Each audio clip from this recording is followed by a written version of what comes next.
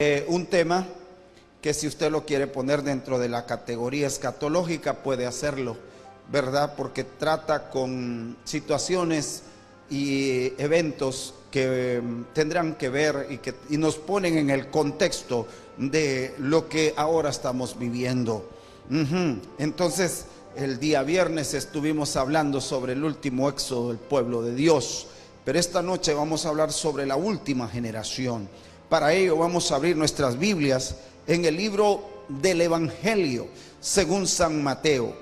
Mateo capítulo 24, verso 32 al 34.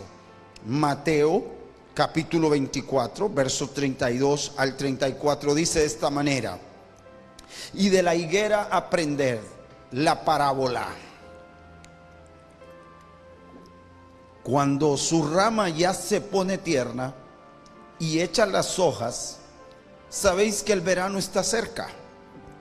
Así también vosotros, cuando veáis todas estas cosas, sabed que Él está cerca, a las puertas.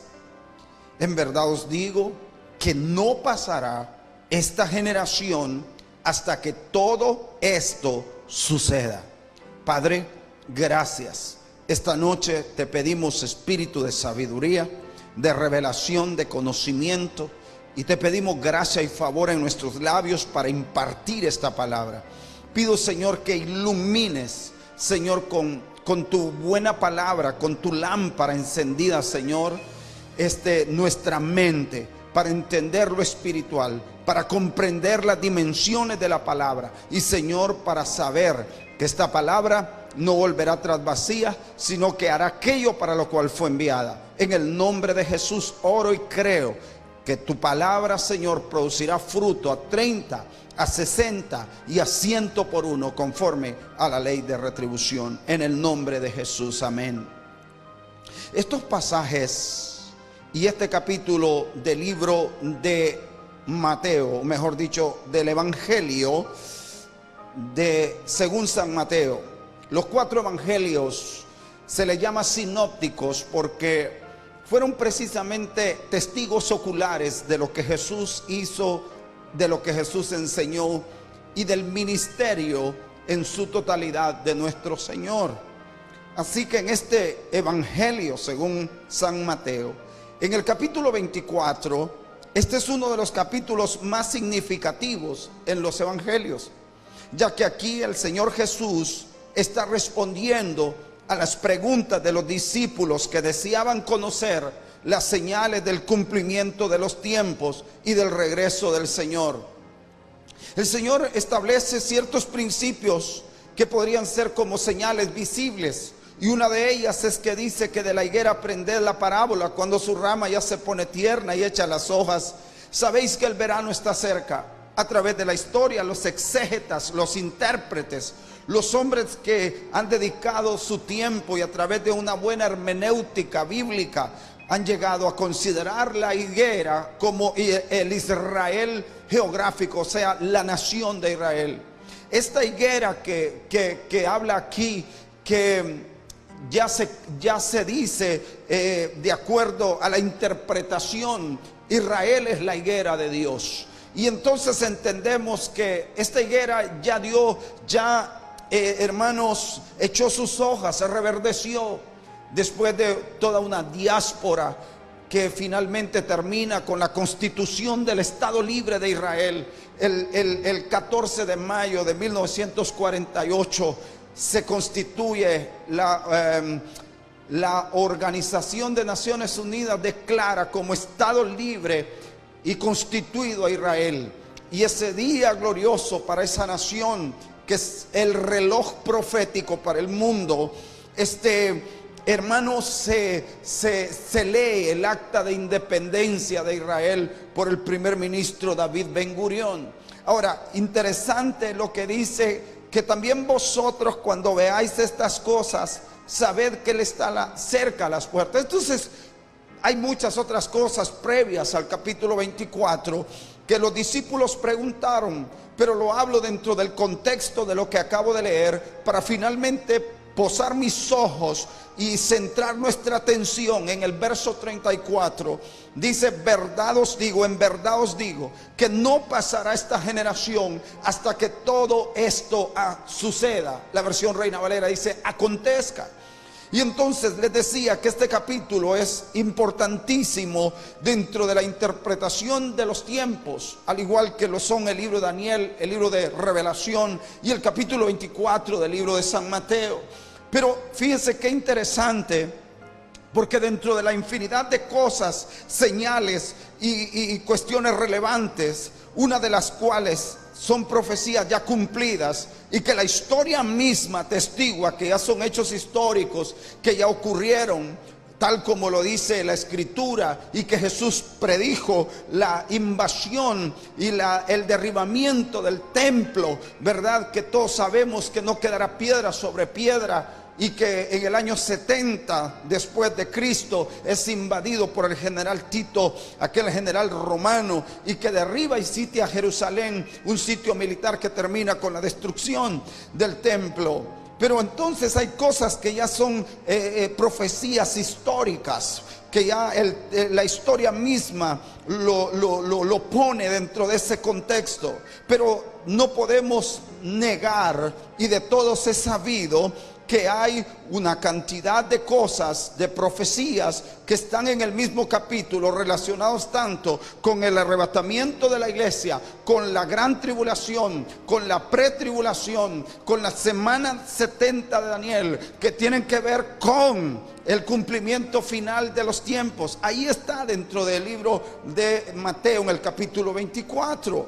Pero interesante entender esto, que muchas de estas cosas que están ahí se están cumpliendo delante de nuestros ojos, y que a veces por la falta de revelación espiritual no se puede entender, pues el príncipe de este mundo ha cegado el entendimiento de la gente que vive al margen de Dios. Vivimos en una sociedad secular, eso significa una sociedad que vive al margen de Dios. El Señor cerró todo el cuadro profético con estas palabras diciendo: en verdad os digo, significa que es ratificado y confirmado. En verdad os digo que no pasará esta generación hasta que todo esto acontezca. Entonces hoy quiero hablarle precisamente de esta última generación, ya que el Señor dice que esta generación será testigo de estas cosas que están predichas.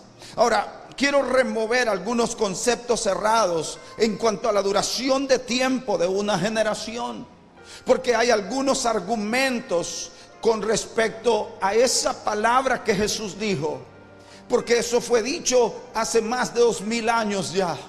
Y entonces aquella generación que fue la que escuchó lo que Jesús dijo hace mucho, pero mucho tiempo, dejó de ser y dejó de vivir. Y sin embargo no se ha cumplido todavía el tan anhelado llegada, arrebatamiento de la iglesia de Cristo. Ahora, ¿en qué generación estamos? Ahora quiero remover estos conceptos equivocados sobre la duración de tiempo de una generación bíblica, porque para algunos, y en la década de los 80, algunos conceptualizaban la duración de una generación dentro de 40 años. Y colocaban el conteo de tiempo entre 40 años, tomando como figura el tiempo que Israel tardó en el desierto, y que fue una peregrinación en el desierto, y que finalmente termina con una generación muriendo, siendo sepultada en el desierto y no pudiendo entrar a la tierra prometida. Entonces, para algunos ese periodo de 40 años es la forma de interpretar la duración de una generación. Pero una generación no dura 40 años de acuerdo a la Escritura. Si bien es cierto, Dios le puso al hombre límites, entendemos, la Biblia nos dice claramente en el Salmo 90, capítulo 90, verso 10, por ejemplo. Salmo 90, 10 nos dice a nosotros más o menos en qué consiste una generación. La Biblia dice, Salmo 90, verso 10, los días de nuestra vida llegan a 70 años. y en caso de mayor vigor a 80 años. Con todo su orgullo es solo trabajo y pesar, porque pronto pasa y volamos. Este es el profeta Moisés. Este salmo fue escrito por Moisés. Así que Moisés entiende y dice los días de nuestra vida. Entonces, cuando hablamos de el tiempo en el cual está el tiempo calculado de una generación, es aproximadamente de 80, de 70 a 80 años. Y aunque hay algunas personas que en el mundo han pasado de los 100 años, no es la generalidad. La generalidad es vivir de 70 a 80. Pero interesantemente, entonces, el Señor habla de que no pasará esta generación. No pasará esta generación, dijo Jesús, antes de que todo esto suceda o acontezca. Ahora, entonces tendríamos que comenzar e ir al momento cuando empieza el conteo regresivo del tiempo profético. Qué interesante lo que le voy a contar ahora mismo. ¿En qué momento comenzó? Se activó el reloj en sentido regresivo, no progresivo, porque el tiempo progresivo fue hacia el cumplimiento de la profecía con la llegada del Mesías. Pero hay un tiempo en que se activa un conteo regresivo para el final de los tiempos. Entonces, en Mateo capítulo 26, verso 64, quiero que leas este pasaje de las Sagradas Escrituras. Aquí vamos a entender algo muy interesante, que tal vez usted lo sabe, pero seguro habrán muchos que no lo conocerán y no lo habrán visto. Pero en Mateo 26, verso 64 dice: Jesús le dijo, tú mismo lo has dicho. Sin embargo, os digo que desde ahora, note esa palabra que es muy clara, desde ahora veréis al Hijo del Hombre sentado a la diestra del poder y viniendo sobre las nubes del cielo. Vemos que el Señor nos enseña cosas muy puntuales aquí, respondiendo a la pregunta de aquel que le increpa y le dice: ¿eres tú el rey? ¿Eres tú? Y él dice: sí, tú lo has dicho. Y le dice el Señor: desde ahora veréis al Hijo del Hombre sentado a la diestra del poder. Y luego dice: viniendo sobre las nubes del cielo. Entonces el Señor está hablando aquí. Y al igual que como lo vio el primer mártir de la iglesia, que vio al Señor, al Hijo de Dios, a la diestra del poder del Padre, pero luego el Señor añade una cosa y dice: lo veréis viniendo sobre las nubes del cielo. El Señor dice: desde ahora. La pregunta es: ¿cuándo se activó el conteo regresivo del tiempo de su regreso? Pues de acuerdo a esta declaración, el conteo regresivo se activó desde el mismo instante en el que Él expiró en la cruz del Calvario. ¿Te das cuenta? Cuando Jesús muere en la cruz del Calvario, se activa dos cosas.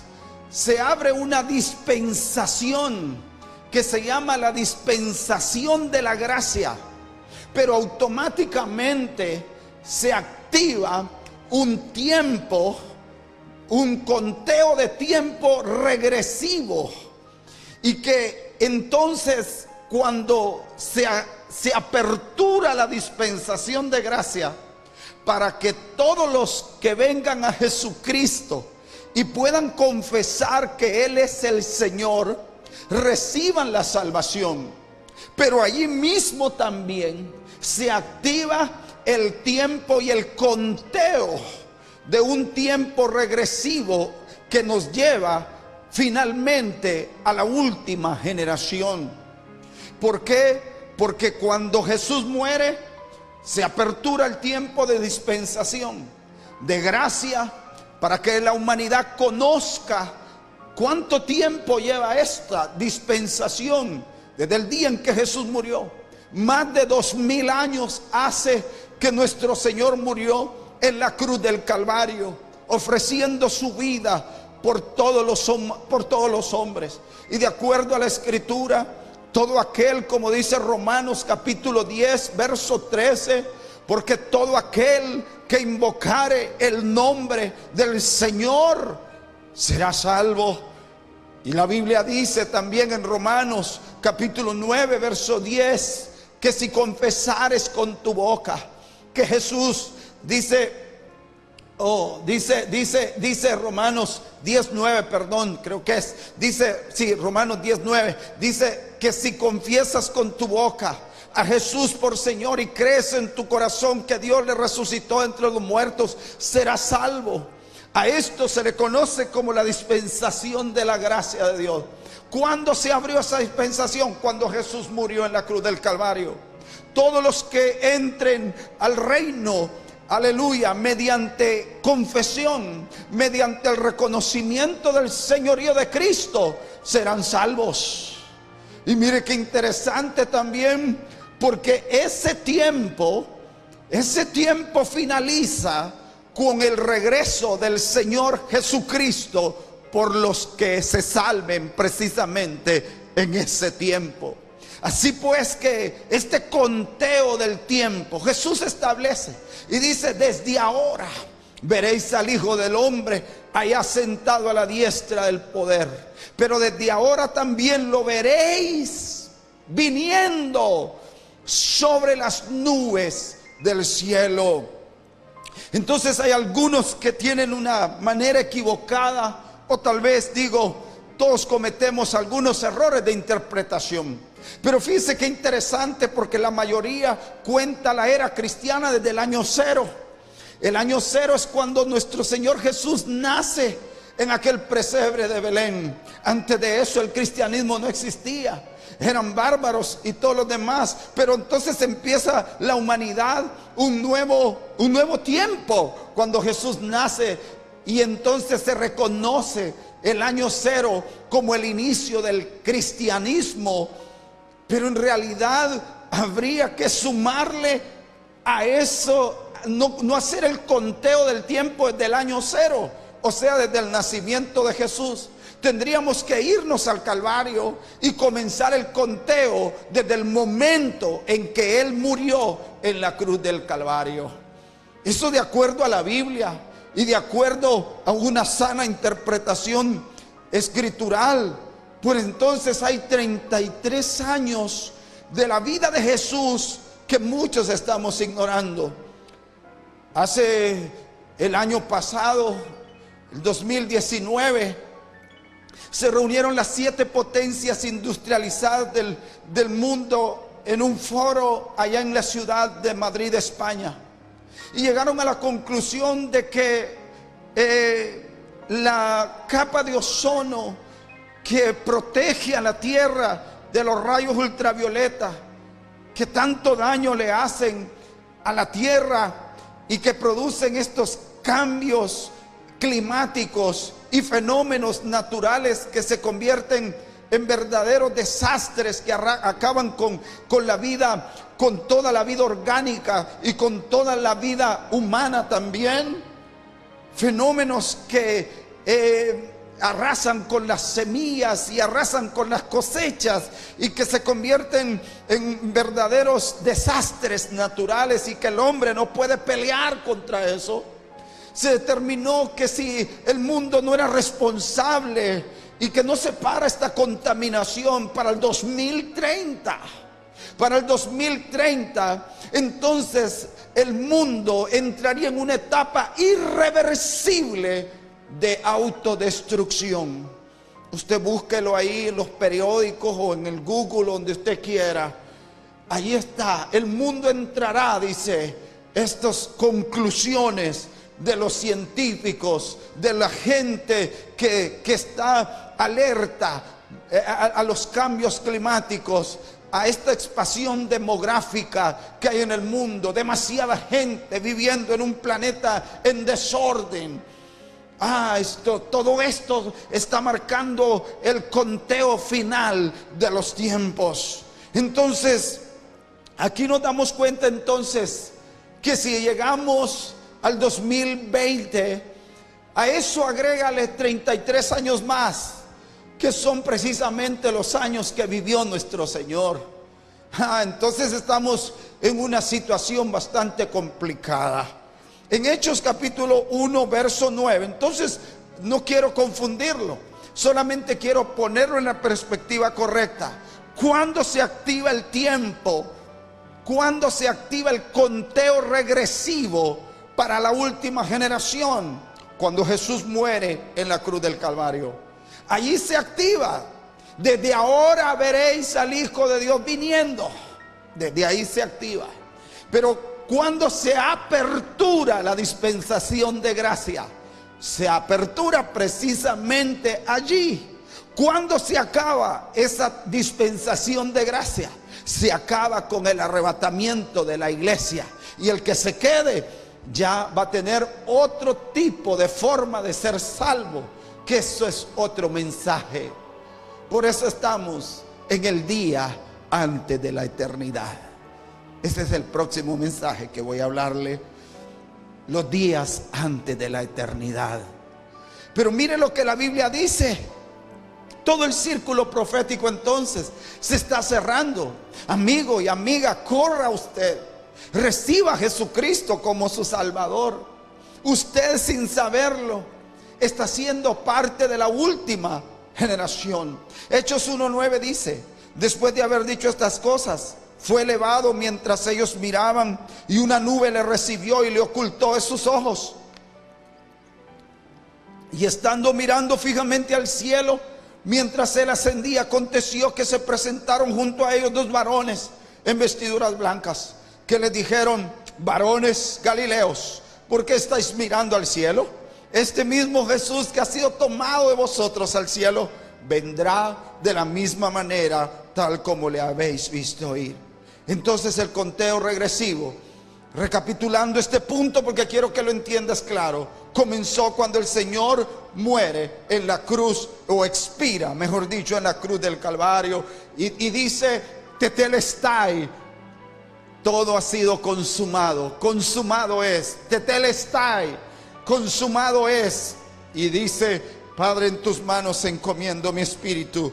Dos cosas sucedieron: comienza el tiempo regresivo y la apertura de la dispensación de gracia, que terminará con el arrebatamiento de los santos y que acabará también con la última generación, que hemos de ver estas cosas. Y no digo la generación que verá el fin del mundo, eso es otra cosa. Pero mira lo que dice la Escritura en Mateo 21 hasta el versículo 8. Vamos a leer esto, porque también aquí encontramos otra hermosa forma de interpretarlo y de verlo. Porque el reino de los cielos, Mateo 21 al 8, porque el reino de los cielos es semejante a un hacendado que se salió muy de mañana para contratar obreros para su viña. Y habiendo convenido con los obreros en un denario al día, los envió a su viña. Y salió como a la hora tercera, y vio parados en la plaza a los otros que estaban sin trabajo. Y a esto les dijo: id también vosotros a la viña, y os daré lo que sea justo. Y ellos fueron. Y volvió a salir como a la hora sexta y a la hora novena, e hizo lo mismo. Y saliendo como a la hora 11, encontró a otros parados y les dijo: ¿por qué habéis estado aquí parados todo el día sin trabajar? Y ellos le dijeron: porque nadie nos contrató. Y él les dijo: id también vosotros a la viña. Y al atardecer, el señor de la viña dijo a su mayordomo: llama a los obreros y págales su jornal, comenzando por los últimos hasta los primeros. Qué tremendo, porque aquí es una parábola que Jesús está contando a sus discípulos, tratándoles de dar a entender y revelarles lo que significa el reino de los cielos. Y lo compara con un hombre hacendado que sale a hacer contrataciones. Empecemos por hacer notar esto, que el dueño de esta viña salió muy de mañana. Podríamos decir que salió en nuestro reloj a las 6 a.m. Pero la hora duodécima, vista en el reloj hebreo, esa fue la primera salida para contratar obreros. Pero no se quedó ahí. O sea, para que usted entienda, la duodécima hora es las 6 de la mañana de nuestro reloj actual. Pero dice que sale a contratar, para que usted entienda, salió a contratar los primeros a las 6. Y luego, para hacer un paréntesis en todo esto, podríamos decir y hacer notar que qué bendición que Dios nos ha dado y que permite que nunca deja de contratar obreros. Durante 5 tiempos distintos salió o horas diferentes salió a contratar obreros para su viña. Durante todos los tiempos, generaciones, el Señor siempre ha contratado obreros para su obra. Cuando Él vino a la tierra, una de las peticiones que le dice a los discípulos: rogad al Señor de la mies, porque la verdad, la mies es mucha y los obreros son pocos. Así que el Padre siempre ha contratado obreros para la viña. Y qué bendición saber que Dios nunca ha dejado de contratar, sin importar la hora, qué tan tarde hayamos llegado, o el tiempo que se haya perdido. Por eso es que para Dios no hay caso perdido, puesto que Él puede restaurar el tiempo, como lo dice la Escritura en el libro de Joel, que dice que Dios traerá una restitución gloriosa de nuestros años que fueron devorados por el saltón, el revoltón, la langosta. Y esa restitución solo se logra cuando tú vienes a Jesús, cuando tú vienes a Cristo y cuando te involucras a desarrollar su propósito. Empiezas tú. Por eso es que la primera sensación del que encuentra su propósito en Dios es: ¿cómo no los supe antes? ¿Cómo es que no me di cuenta antes? Es la primera expresión del que encuentra su propósito, porque lo que quiere es ganar tiempo para hacer aquello que dejó de hacer durante mucho tiempo. Pero bendito sea Dios, que nosotros podemos ver aquí en esta parábola sobre el reino de Dios y el hacendado. Es que hace 5 llamamientos en todo el día. Y debemos recordar qué significa el número 5. Hablando, la numerología bíblica pone el número 5 como el número de gracia. Interesante, porque también 5 son los ministerios. La última reforma apostólica tiene que ver con la restauración de los 5 ministerios. Entonces, ¿en qué generación estamos? ¿Quiénes somos nosotros dentro de ese contexto? ¿Sabe qué? Somos nosotros los últimos contratados. En la última hora somos nosotros los obreros que nadie los contrataba y que estaban allí, que ya era muy tarde. Y que bendito sea su nombre, porque nos escogió para trabajar en su obra. Siempre me voy a bendecir a Dios por eso. ¿Y sabe qué dice la Escritura? Entonces nos contrataron para este tiempo de gracia. Somos los llamados de la última hora. Somos los obreros del tiempo 5, de la hora 5, del tiempo de gracia, para trabajar en su viña. Y qué maravilloso, porque a la hora del galardón, en el versículo 8 de San Mateo del capítulo 20, dice que inicia la hora de la paga al jornal. Y dice que no se comienza con los primeros que llegaron.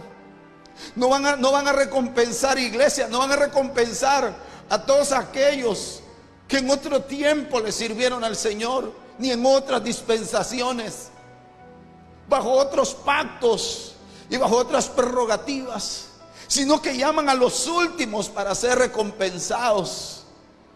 Y qué maravilloso, porque nosotros somos los mejor pagados, hermano. Nosotros somos los mejor pagados, sin tanto esfuerzo, sin tanto ajetreo, hermano, sin tanto esfuerzo. Por eso es que servir a Dios es un deleite. Servir a Dios es un deleite. El apóstol Juan escribe esta palabra en el libro de Primera de Juan. Dice hijitos, es la última hora. Y así como oíste que el anticristo viene, también ahora han surgido muchos anticristos. Por eso sabemos que es la última hora. Estamos en la última hora. Somos los obreros de la hora del llamado número 5. Somos los que vinieron a trabajar a la viña en el último momento, que seremos recompensados incluso primero que otros que fueron llamados antes, que seremos recompensados doble aunque hayamos trabajado menos que ellos. Qué maravilloso, qué bendición. Le decía al Señor yo: Señor, qué glorioso es esto. Somos la generación contratada en la última hora. Somos la generación mejor pagada en el reino de Dios. Gloria a su nombre. Por eso no hay que renunciar al llamado. Por eso no hay que dejar de servir, porque somos la última generación. Somos los obreros de la última hora. 1 Corintios capítulo 10 verso 11. Dice la bendita palabra: estas cosas, 1 Corintios 10, 11, estas cosas le sucedieron como ejemplo y fueron escritas como enseñanza para nosotros, para quienes ha llegado el fin de los siglos. La versión Castilian, por favor. La versión Castilian dice: estas cosas le suceden como hechos figurativos y fueron consignadas por escrito para que nos sirvieran de advertencia a nosotros, que hemos llegado a la etapa final de los tiempos. Entonces la última generación es aquella que va a ver una comparación entre los tiempos antiguos, donde sucedieron cosas que luego son escritas para nuestra enseñanza y que nosotros podamos ver exactamente lo que sucedió plasmado en los últimos días. Por eso Pablo le escribe a Timoteo y le dice: tengo que decirte que en los últimos tiempos serán peligrosos. Y luego empieza a describir el carácter de los hombres de los últimos tiempos. Dígame usted, todo eso está ocurriendo adelante de nosotros. Así que nosotros somos una generación que está plantada en este tiempo en la viña como obreros de la última hora, los mejor pagados. Gloria a Dios. Somos la gente que está en la dispensación de gracia, en el llamado quíntuple, para ver el cumplimiento de todo este círculo profético. Gloria al Señor. Esta palabra siglo también se dice en el griego aion, y aion significa edad, pero también perpetuidad, ya sea pasada o por implicación el universo mismo. Pero también dice que es un periodo judío mesiánico. Entonces un aion, los siglos, los que van a vivir los tiempos, así como lo dice el apóstol Pablo allí, a quienes ha llegado el fin de los siglos. Generaciones, muchos predicadores que no creen en el arrebatamiento de la iglesia, toman como base algunos pasajes y como con una muy mala hermenéutica bíblica malinterpretan la escritura, sacando verdaderas herejías y enseñando falsas doctrinas, como por ejemplo lo que el apóstol Pedro dice, que ya existían aún en los días de los padres apostólicos quienes no creían en la venida del Señor, porque argumentaban que desde los días de los padres, o sea, desde los padres de la iglesia, nada ha cambiado y que todo ha seguido su curso normal, a lo cual el apóstol Pedro contestó con la revelación del Espíritu Santo. En 2 Pedro 3, 2 al 4 encontramos esa respuesta del apóstol Pedro. 2 Pedro capítulo 3 verso 2 al 4 dice: para que recordéis las palabras dichas de antemano por los santos profetas y el mandamiento del Señor, y Salvador, declarado por vuestros apóstoles. Ante todo, sabed esto, que en los últimos días vendrán burladores, claro que sí, con su sarcasmo, claro que sí, siguiendo sus propias pasiones. Es que la gente que no cree en el arrebatamiento se burla, son sarcásticos. Y yo te quiero decir con toda la autoridad de Dios, si tú te congregas en una iglesia donde el pastor te dice, con todo respeto lo digo, y con la mayor ética posible, pero yo te advierto en esta noche, si tú te congregas en una iglesia donde el pastor te dice que Jesucristo no volverá, agarra tu Biblia, agarra tus maletas y vete de allí. Porque quieras o no, creas o no, Jesucristo volverá. Y en los días del apóstol Pedro ya existían burladores con sus sarcasmos, con sus burlas, arrastrados por sus propias pasiones, diciendo: ¿dónde está? Como dice el verso 4. Dice que se burlaban, y esto es lo mismo que hay en la actualidad. ¿Dónde está la promesa de su venida? Porque desde que los padres durmieron, todo continúa tal como estaba desde el principio de la creación. Y mire, ya había entonces algunos que negaban la venida del Señor, argumentando que generaciones han pasado y que han muerto generaciones, que han nacido y mueren y nada ha sucedido. Quizás argumentando que ya no había nadie de aquella generación que pudiera ver el cumplimiento de la palabra del Señor. Quizás algunos dijeron: sí, pero esto fue lo que dijo el apóstol Santiago, esto fue lo que dijo el apóstol Pedro, esto fue lo que dijo aquel y el otro, los que estuvieron con él, y nada pasó, y ya se murieron. Algunos, todos los apóstoles tuvieron muertes bastante duras.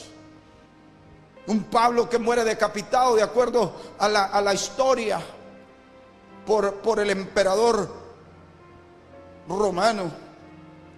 Un Pedro que muere crucificado. Un Juan que no se sabe su destino final, pero lo único que sabemos es que fue enviado como prisionero a una isla llamada Patmos. Jacobo, que fue el primer decapitado por Herodes en Jerusalén. Y así sucesivamente todos los discípulos y los apóstoles fueron muriendo. Y eso se constituyó tal vez en el argumento que esgrimían estos incrédulos, que decían: desde los días de los padres nada ha sucedido, porque generaciones han pasado, generaciones han nacido y generaciones han muerto, y todo sigue igual. Pero hay algo muy poderoso que Pedro les dice, inspirado por el Espíritu Santo, en 2 Pedro 3:8 al 9. Dice el apóstol Pedro en 2 Pedro 3:8 al 9, dice: pero amados, no ignoréis que para el Señor un día es como 1000 años, y 1000 años como un día.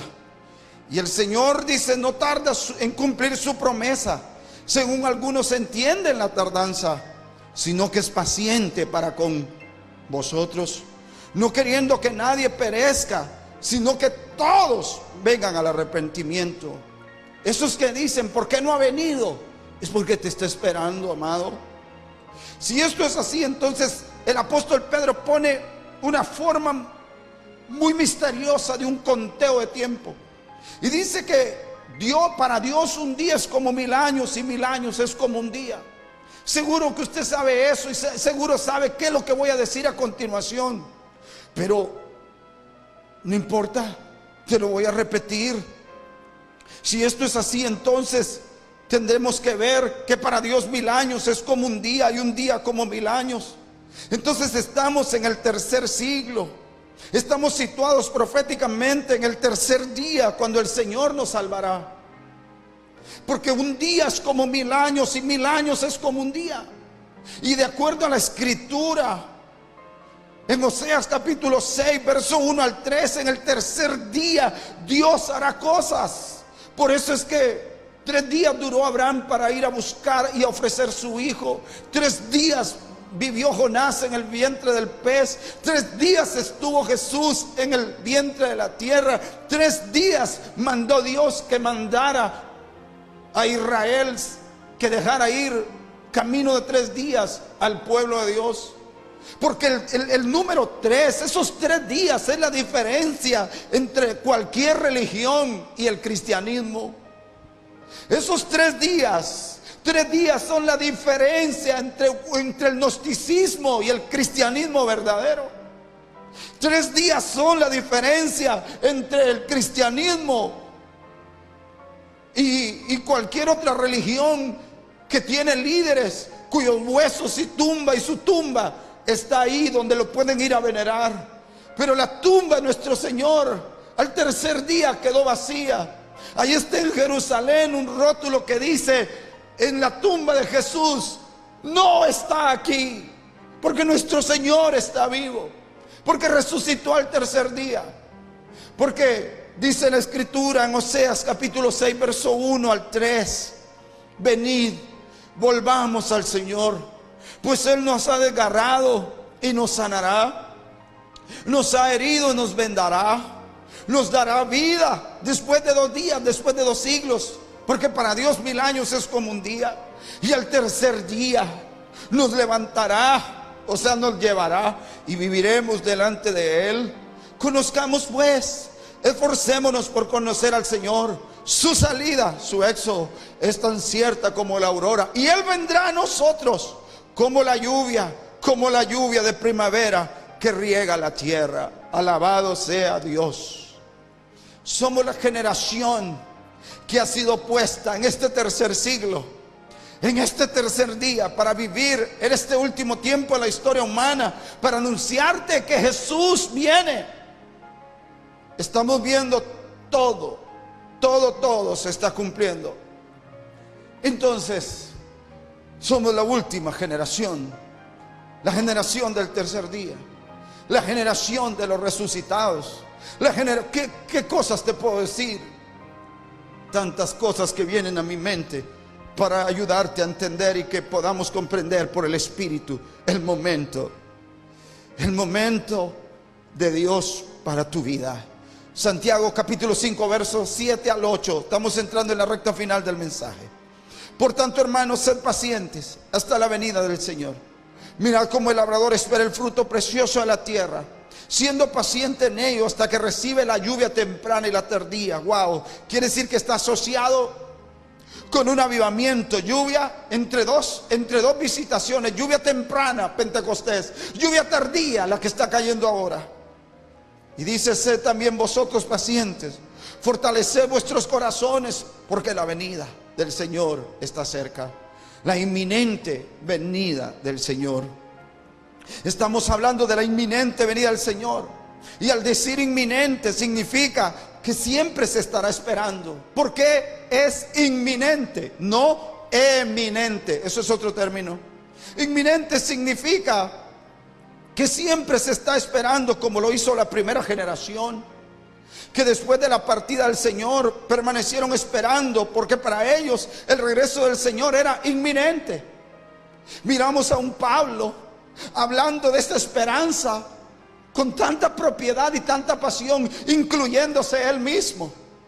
Y decía: luego nosotros, los que hayamos quedado, porque Pablo creía en una exanastasis, en un arrebatamiento sin ver la muerte, tipo Enoc, tipo Elías, exanastasis. Pablo creía que él iba a ser, bueno, Pablo lo vivió, pero luego lo regresaron. Pero ¿sabes qué? Aleluya. Tenemos que entender entonces que la revelación es progresiva y la venida del Señor sigue siendo inminente, porque la revelación ha venido avanzando conforme han venido avanzando los tiempos. Y para ellos era inminente, pero no cambió el término, sino que sigue siendo inminente para esta generación. Hablando de eso, tenemos que ver algunas cosas. La Escritura dice en el libro de 1 Juan 3:3, ¿por qué tiene que ser para nosotros el concepto de inminente venida? Porque eso te coloca con una actitud expectante y una actitud de preparación seria, y no caes en la irresponsabilidad. Primera de Juan 3:3 dice: y todo aquel que tiene esta esperanza puesta en Él se purifica, así como Él es puro. Si supiéramos cuándo sería el día y la hora, entonces nosotros caeríamos en el descuido.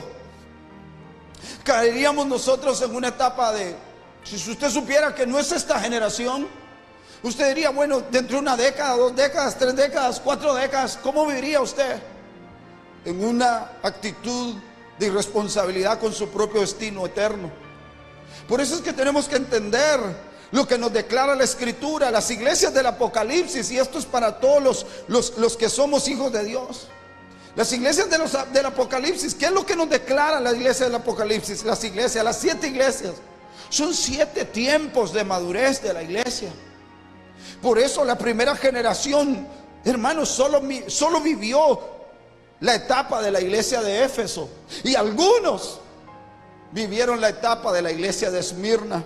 Pero faltaron 5 tiempos más que les han tocado vivir a las otras iglesias. Entonces quiere decir que las 7 iglesias no existieron. Claro que existieron, pero la condición espiritual de ellos fueron también marcando tiempos. ¿Y en qué tiempo, de qué iglesia estamos nosotros? En la última. ¿Y cuál es esa? La Odisea. La Odisea. Si nos ubicamos en el tiempo de la existencia y de los tiempos y los tratos de Dios con su pueblo, lea todo lo que dice Dios acerca de la Odisea y se dará cuenta, y compárelo con la realidad de la iglesia actual.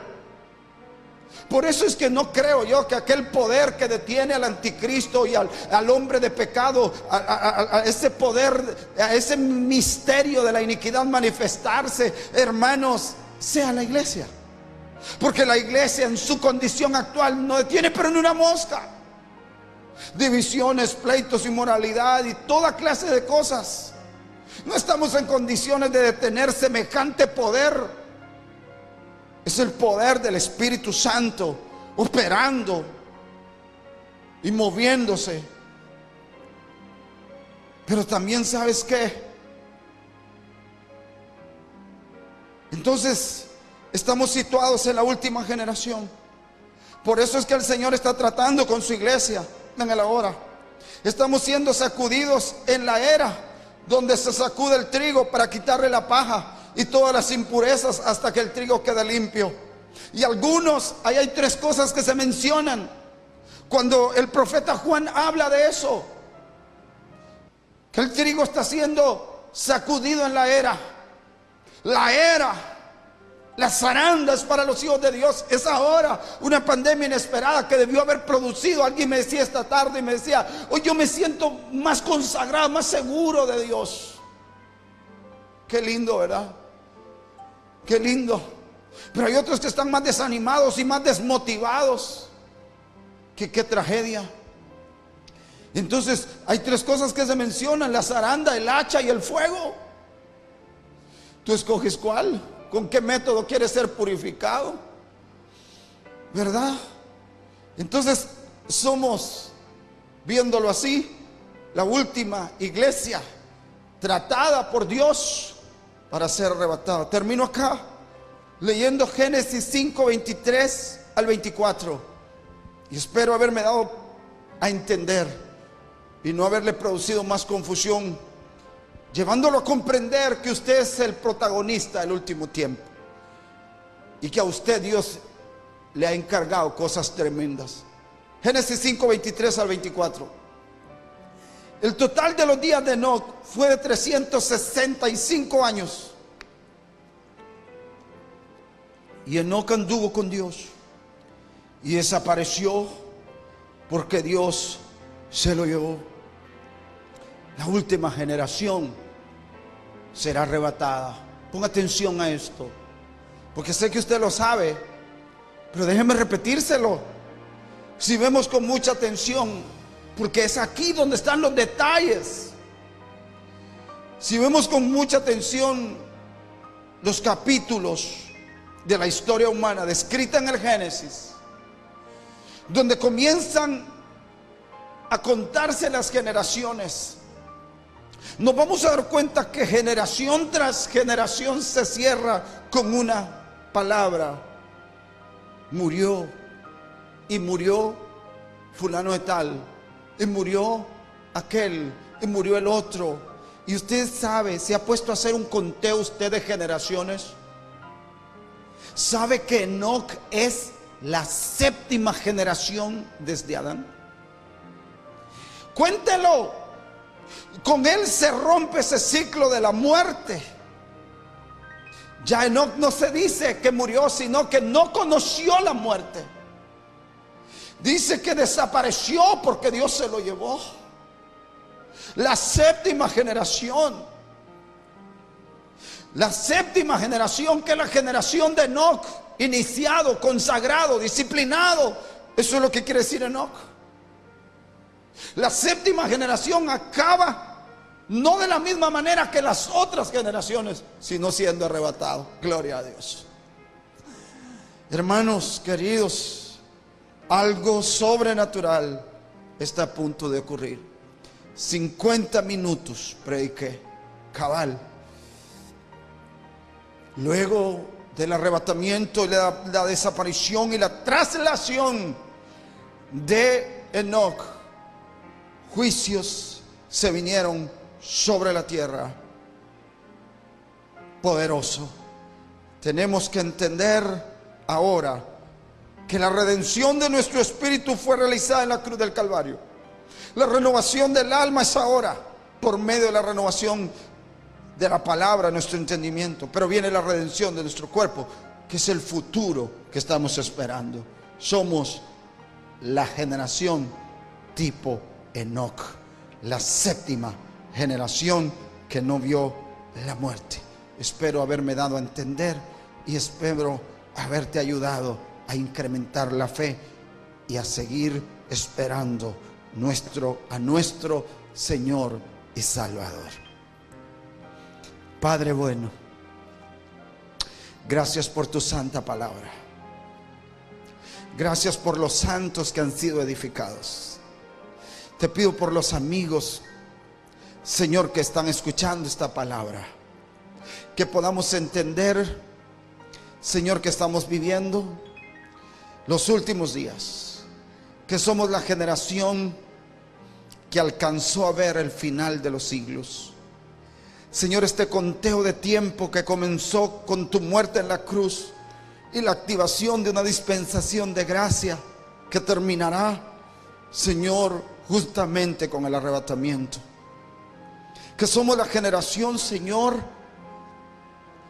que hemos llegado al final de los tiempos. Para los hijos tuyos somos los obreros contratados en la última hora, Señor. Y hemos recibido doble paga, los mejor pagados, Señor. Los llamados en la última hora. El llamado en el tiempo 5, en la temporada de gracia. Gracias, Padre, por tu inminente venida y mostrarnos que estamos viviendo el tercer siglo, el tercer día.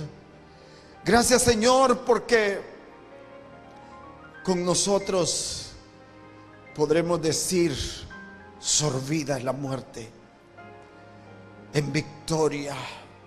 Y podremos decir, como dijo Pablo: ¿dónde está, oh muerte, tu victoria? Oh sepulcro, oh sepulcro, tu victoria, y oh muerte, tu aguijón. Celebramos, Señor, tu regreso y decimos, como dice el Espíritu Santo y la novia: ven, Señor Jesús. Amén y amén.